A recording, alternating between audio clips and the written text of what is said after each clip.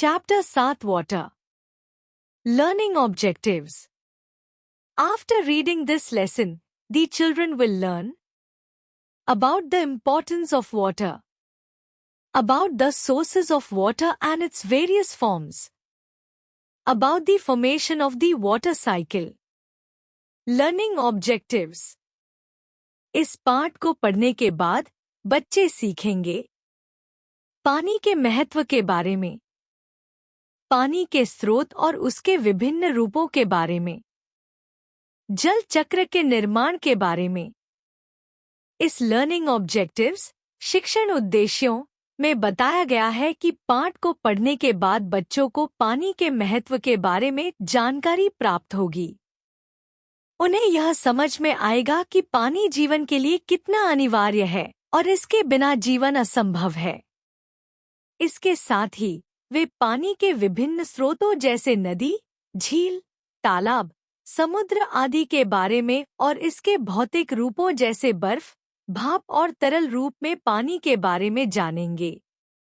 इसके अलावा बच्चे जल चक्र के निर्माण की प्रक्रिया को समझेंगे, जिसमें पानी का वाष्पीकरण, संघनन और वर्षा का हिस्सा होता है, जो पृथ्वी पर पानी के वितरण को संतुलित करता है। All living things need water to stay alive. Life is not possible without water. We use water for our daily activities. सभी living things, जीवित प्राणी, को जीवित रहने के लिए पानी की आवश्यकता होती है। पानी के बिना जीवन संभव नहीं है। हम अपने डेली एक्टिविटीज, दैनिक गतिविधियों के लिए पानी का उपयोग करते हैं। इस पैराग्राफ में बताया गया है कि पानी सभी जीवित प्राणियों के लिए अत्यावश्यक है। जीवन के हर रूप के लिए पानी का होना अनिवार्य है, चाहे वह मनुष्य हो, पशु हो या पेड़ पौधे। पानी के बिना जीवन की कल्पना भी नहीं की जा सकती। हम अपने रोजमर्रा के कार्यों जैसे खाना पकाने, सफाई करने, नहाने और पेयजल के लिए पानी का उपयोग करते हैं। पानी हमारे शरीर के लिए भी आवश्यक है, क्योंकि यह हाइड्रेशन, पाचन और शरीर के तापमान को नियंत्रित करने में मदद करता है। इसलिए पानी जीवन के लिए सबसे महत्वपूर्ण संसाधन है। We use water for drinking. We use water for bathing. We use water for cooking. We use water for cleaning. We use water for washing clothes. We use water for putting off fire. हम पानी का उपयोग drinking, पानी पीने के लिए करते हैं। हम पानी का उपयोग बेथिंग, नहाने के लिए करते हैं। हम पानी का उपयोग कुकिंग, खाना बनाने के लिए करते हैं। हम पानी का उपयोग क्लीनिंग, सफाई के लिए करते हैं। हम पानी का उपयोग वॉशिंग क्लोथ्स, कपड़े धोने के लिए करते हैं। हम पानी का उपयोग फायर, आग बुझाने के लिए करते हैं। इस पैराग्राफ में बताया गया है कि पानी का उपयोग हमारे जीवन के विभिन्न महत्वपूर्ण कार्यों के लिए किया जाता है। पानी पीने से शरीर की आवश्यकता पूरी होती है और हाइड्रेशन बना रहता है। नहाने के लिए पानी उपयोग करने से स्वच्छता बनी रहती है। खाना बनाने में पानी आवश्यक होता है, क्योंकि यह खाने को पकाने और उसे सही तरीके से तैयार करने में मदद करता है। सफाई और कपड़े धोने के लिए भी पानी बहुत जरूरी है, जिससे हमारे घर और सामान स्वच्छ रहते हैं। इसके अतिरिक्त आग बुझाने के लिए भी पानी एकमात्र सबसे प्रभावी माध्यम है। इस प्रकार पानी हमारी रोजमर्रा की जरूरतों और सुरक्षा के लिए भी बेहद आवश्यक है। Animals and plants also need water. Animals need water for bathing and drinking. Water gives shelter to many animals. Can you name 10 animals which live in water? Animals which live in water are called aquatic animals.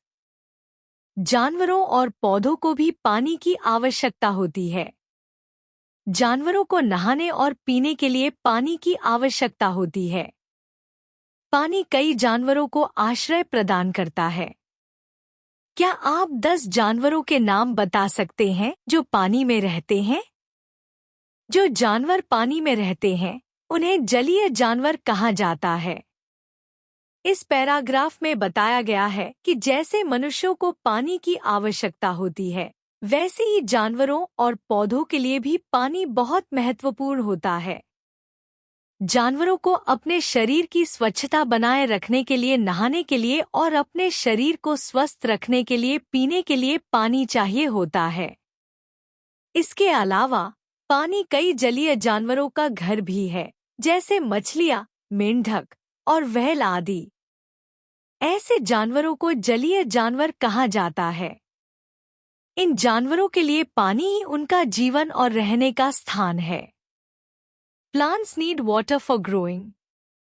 They get water from the soil through their roots. Many plants grow only in water. They cannot grow on land. Can you name 5 plants which grow in water?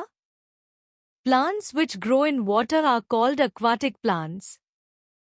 पौधों को बढ़ने के लिए पानी की आवश्यकता होती है। वे अपनी जड़ों के माध्यम से मिट्टी से पानी प्राप्त करते हैं। कई पौधे केवल पानी में ही उगते हैं। वे भूमि पर नहीं उग सकते। क्या आप 5 ऐसे पौधों के नाम बता सकते हैं जो पानी में उगते हैं? जो पौधे पानी में उगते हैं, उन्हें जलीय पौधे कहा जाता है। इस पैराग्राफ में बताया गया है कि पौधों के लिए पानी बहुत जरूरी होता है, क्योंकि वे पानी का उपयोग अपने पोषण के लिए करते हैं। पौधे अपनी जड़ों द्वारा मिट्टी से पानी खींचते हैं, जो उन्हें बढ़ने में मदद करता है। कुछ पौधे ऐसे होते हैं जो केवल पानी में ही उग सकते हैं और वे जमीन पर नहीं पनप सकते। ऐसे पौधों को जलीय पौधे कहा जाता है। जलीय पौधे जल स्रोतों में उगते हैं, जैसे कि तालाब, झील या नदियों में। उदाहरण के लिए कमल, वाटर लिली, हाइड्रिला, वालसिनरिया और जलकुंभी जैसे पौधे पानी में ही उगते हैं। Sources of water. We get water from many sources. But all sources of water depend on rain. When it rains, water collects in ponds, lakes and rivers. The rivers take water to the seas and oceans. These seas and oceans are huge water bodies, but we cannot use their water as it is salty. Some rainwater goes deep in the ground. This is called the groundwater. We get this water through wells, hand pumps and tube wells. जल के स्रोत। हमें कई स्रोतों से पानी मिलता है, लेकिन सभी जल स्रोत वर्षा पर निर्भर करते हैं। जब बारिश होती है तो पानी तालाबों, झीलों और नदियों में जमा हो जाता है।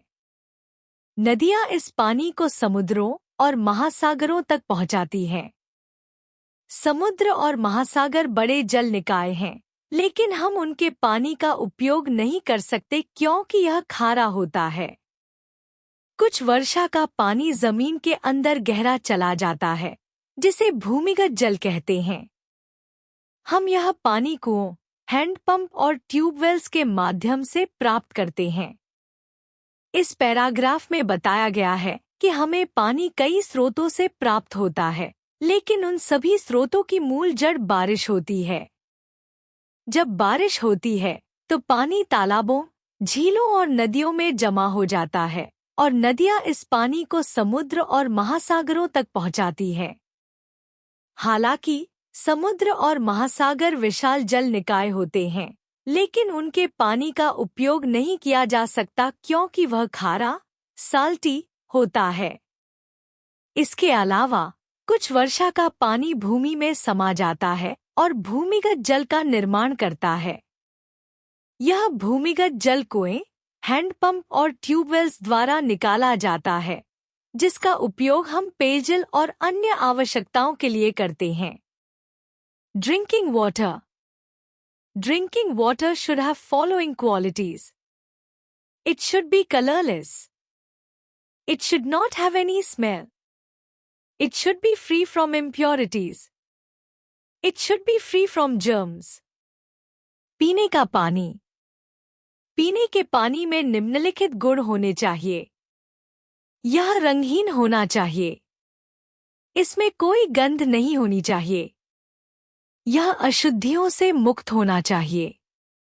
यह कीटाणुओं से मुक्त होना चाहिए। इस पैराग्राफ में बताया गया है कि पीने के पानी में कुछ आवश्यक गुण होने चाहिए ताकि वह स्वास्थ्य के लिए सुरक्षित हो। सबसे पहले, पानी रंगहीन होना चाहिए, जिससे यह स्पष्ट हो कि उसमें कोई हानिकारक तत्व नहीं है। पानी में किसी भी प्रकार की गंध नहीं होनी चाहिए, क्योंकि गंध पानी में उपस्थित किसी अशुद्धि का संकेत हो सकता है। साथ ही पानी में कोई अशुद्धियां नहीं होनी चाहिए ताकि उसमें हानिकारक पदार्थ न हो। इसके अलावा पानी कीटाणुओं से मुक्त होना चाहिए ताकि किसी प्रकार की बीमारियों का खतरा न हो। ऐसे गुणों वाला पानी ही स्वस्थ जीवन के लिए उपयुक्त होता है। Water from rivers, ponds, lakes and wells is not good for drinking. It contains germs and impurities. If we drink this water, we may fall sick. To make water safe for drinking, we should boil it for 15 से 20 minutes. Boiling kills the germs. People in towns and cities get water through taps. Tap water is safe to drink. It is purified in waterworks. After purification, it is collected in big tanks. From these tanks, it reaches our homes through long pipes. नदियों, तालाबों, झीलों और कुओं का पानी पीने के लिए अच्छा नहीं होता। इसमें कीटाणु और अशुद्धियां होती हैं। यदि हम इस पानी को पीते हैं, तो हम बीमार हो सकते हैं। पानी को पीने के लिए सुरक्षित बनाने के लिए हमें इसे 15 से 20 मिनट तक उबालना चाहिए। उबालने से कीटाणु मर जाते हैं। शहरों और कस्बों में लोग नलों के माध्यम से पानी प्राप्त करते हैं। नल का पानी पीने के लिए सुरक्षित होता है। इसे जल संयंत्रों में शुद्ध किया जाता है। शुद्धिकरण के बाद इसे बड़े टैंकों में जमा किया जाता है। इन टैंकों से यह लंबे पाइपों के माध्यम से हमारे घरों तक पहुंचता है। इस पैराग्राफ में बताया गया है कि नदियों, तालाबों, झीलों और कुओं का पानी सीधे पीने के लिए सुरक्षित नहीं होता, क्योंकि उसमें कीटाणु और अशुद्धियां होती हैं जो स्वास्थ्य के लिए हानिकारक हो सकती हैं। अगर इस पानी को बिना शुद्ध किए पिया जाए, तो इससे बीमारियां हो सकती हैं। पानी को सुरक्षित बनाने के लिए इसे 15 से 20 मिनट तक उबालना चाहिए, क्योंकि उबालने से पानी में मौजूद कीटाणु मर जाते हैं। वहीं कस्बों और शहरों में लोग नल का पानी पीते हैं, जो जल संयंत्रों में शुद्ध किया जाता है। शुद्धिकरण के बाद यह पानी बड़े टैंकों में जमा होता है और वहां से लंबे पाइपों द्वारा घरों तक पहुंचता है, जिससे लोग सुरक्षित और शुद्ध पानी का उपयोग कर सकते हैं। Forms of water. Water exists in 3 forms: solid, liquid and gas. एक solid, ice or snow is the solid form of water. Ice has definite shape. When ice melts, it changes into liquid. पानी 3 रूपों में पाया जाता है: ठोस, तरल और गैस। एक ठोस, बर्फ या हिम पानी का ठोस रूप होता है। बर्फ का एक निश्चित आकार होता है। जब बर्फ पिघलती है, तो यह तरल में बदल जाती है। इस पैराग्राफ में बताया गया है कि पानी 3 भौतिक रूपों में पाया जाता है: ठोस, तरल और गैसीय। ठोस रूप में पानी बर्फ या हिम के रूप में होता है, जिसका एक निश्चित आकार होता है। यह ठोस अवस्था तब देखी जाती है जब तापमान बहुत कम होता है। बर्फ को किसी भी कंटेनर में रखा जा सकता है, और जब बर्फ पिघलती है, तो यह अपने ठोस रूप से तरल रूप में बदल जाती है, जिसे हम पानी के रूप में जानते हैं। इस प्रकार बर्फ पानी का एक रूप है जो तापमान के अनुसार रूप बदलता है। दो liquid water that we use daily is the liquid form of water. Liquid has no shape. It takes the shape of the container in which it is kept. When we boil liquid water, it changes into gas. दो तरल, वह पानी जो हम रोजाना उपयोग करते हैं, वह पानी का तरल रूप होता है। तरल का कोई निश्चित आकार नहीं होता। यह उस बर्तन का आकार ले लेता है जिसमें इसे रखा जाता है। जब हम तरल पानी को उबालते हैं तो यह गैस में बदल जाता है। इस पैराग्राफ में बताया गया है कि पानी का तरल रूप वह होता है जिसे हम अपने दैनिक जीवन में उपयोग करते हैं। तरल पदार्थों का कोई निश्चित आकार नहीं होता है, वे जिस बर्तन में रखे जाते हैं उसका आकार ले लेते हैं। उदाहरण के लिए, जब पानी को गिलास में डाला जाता है तो वह गिलास का आकार ले लेता है। जब हम इस तरल पानी को उबालते हैं तो यह वाष्प बनकर गैस में परिवर्तित हो जाता है। इस प्रकार तरल रूप पानी का सबसे सामान्य रूप है जिसका उपयोग हम हर दिन करते हैं। 3 gas, steam or water vapor is the gaseous form of water. Steam or water vapor has no shape. Water changes its form when we heat or cool it. 3 gas, भाप या जल वाष्प पानी का गैसीय रूप होता है। भाप या जल वाष्प का कोई निश्चित आकार नहीं होता। जब हम पानी को गर्म करते हैं या ठंडा करते हैं तो यह अपना रूप बदलता है। इस पैराग्राफ में बताया गया है कि पानी का गैसीय रूप भाप या जल वाष्प होता है। गैसीय रूप का कोई निश्चित आकार नहीं होता है और यह अपने परिवेश के आकार के अनुसार फैलता है। जब पानी को गर्म किया जाता है तो यह भाप में बदल जाता है, जो कि गैस का एक रूप है। इसके विपरीत, जब पानी को ठंडा किया जाता है तो यह ठोस, बर्फ या तरल पानी रूप में बदल सकता है। इस प्रकार पानी का रूप तापमान के परिवर्तन पर निर्भर करता है और यह ठोस, तरल और गैसीय तीनों रूपों में मौजूद होता है। The water cycle, the journey of water. You now know that water changes its forms when we heat or cool it.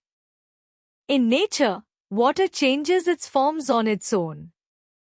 जल चक्र, पानी की यात्रा। आप अब जानते हैं कि पानी को गर्म करने या ठंडा करने पर यह अपने रूप बदलता है। प्रकृति में पानी अपने आप अपने रूप बदलता है। इस पैराग्राफ में बताया गया है कि पानी का रूप तापमान के परिवर्तन पर निर्भर करता है। जब हम पानी को गर्म करते हैं तो यह भाप में बदल जाता है और जब हम इसे ठंडा करते हैं तो यह बर्फ या तरल रूप में परिवर्तित हो सकता है। प्रकृति में पानी का रूप बदलना स्वाभाविक प्रक्रिया है जिसमें जल चक्र की महत्वपूर्ण भूमिका होती है। जल चक्र में पानी वाष्पीकरण, संघनन और वर्षा के माध्यम से एक रूप से दूसरे रूप में बदलता है। यह प्रक्रिया पृथ्वी पर जीवन को बनाए रखने में सहायता करती है क्योंकि यह पानी के निरंतर प्रवाह और पुनर्चक्रण को सुनिश्चित करती है। When the sun heats the water in ponds, rivers, lakes and oceans, it changes into water vapor. The water vapor goes high up in the atmosphere and mixes with the air. When the water vapor passes through cold area, it cools down and changes into small droplets. When these droplets come closer to each other, they take the shape of the clouds. When the clouds become heavy, the water falls down as rain. The rainwater again goes to lakes, ponds, rivers and oceans. This water gets heated again by the sun and makes water vapor. Thus, cycle known as the water cycle is constituted. The water cycle is a never-ending process. जब सूरज तालाबों, नदियों, झीलों और महासागरों के पानी को गर्म करता है तो यह जल वाष्प में बदल जाता है। जल वाष्प वायुमंडल में ऊंचाई पर जाती है और हवा में मिल जाती है। जब जल वाष्प ठंडी जगहों से गुजरती है तो यह ठंडी होकर छोटे बूंदों में बदल जाती है। जब ये बूंदें एक दूसरे के करीब आती हैं तो ये बादलों का आकार ले लेती हैं। जब बादल भारी हो जाते हैं तो पानी बारिश के रूप में गिरता है। बारिश का पानी फिर से तालाबों, झीलों, नदियों और महासागरों में चला जाता है। यह पानी फिर से सूरज द्वारा गर्म किया जाता है और जल वाष्प बनाता है। इस प्रकार जल चक्र नामक एक चक्र बनता है। जल चक्र एक कभी समाप्त न होने वाली प्रक्रिया है। इस पैराग्राफ में बताया गया है कि कैसे सूरज की गर्मी से पानी जल वाष्प में बदल जाता है और यह वायुमंडल में उठता है। जैसे ही जल वाष्प ठंडे क्षेत्रों से गुजरती है, यह ठंडी होकर छोटे बूंदों में बदल जाती है। ये बूंदें बादलों का निर्माण करती हैं और जब ये बादल भारी होते हैं तो बारिश के रूप में पानी गिरता है। यह बारिश का पानी फिर से जल स्रोतों में लौट जाता है। इस प्रक्रिया को जल चक्र कहा जाता है, जो निरंतर चलती रहती है। जल चक्र न केवल पृथ्वी पर पानी के प्रवाह को बनाए रखता है, बल्कि यह जीवन के लिए आवश्यक संसाधन को भी पुनर्स्थापित करता है। Avoiding wastage of water. Every drop of water is precious. We must not waste it. Below are given a few ways to avoid wastage of water. Always take a short shower. Turn off the tap after using it. Store water in clean utensils. Take out water from the container with a long-handled utensil. पानी की बर्बादी से बचना। हर एक बूंद पानी कीमती है। हमें इसे बर्बाद नहीं करना चाहिए। पानी की बर्बादी से बचने के लिए नीचे कुछ तरीके दिए गए हैं। 1. हमेशा छोटा स्नान करें। 2. उपयोग के बाद नल बंद करें।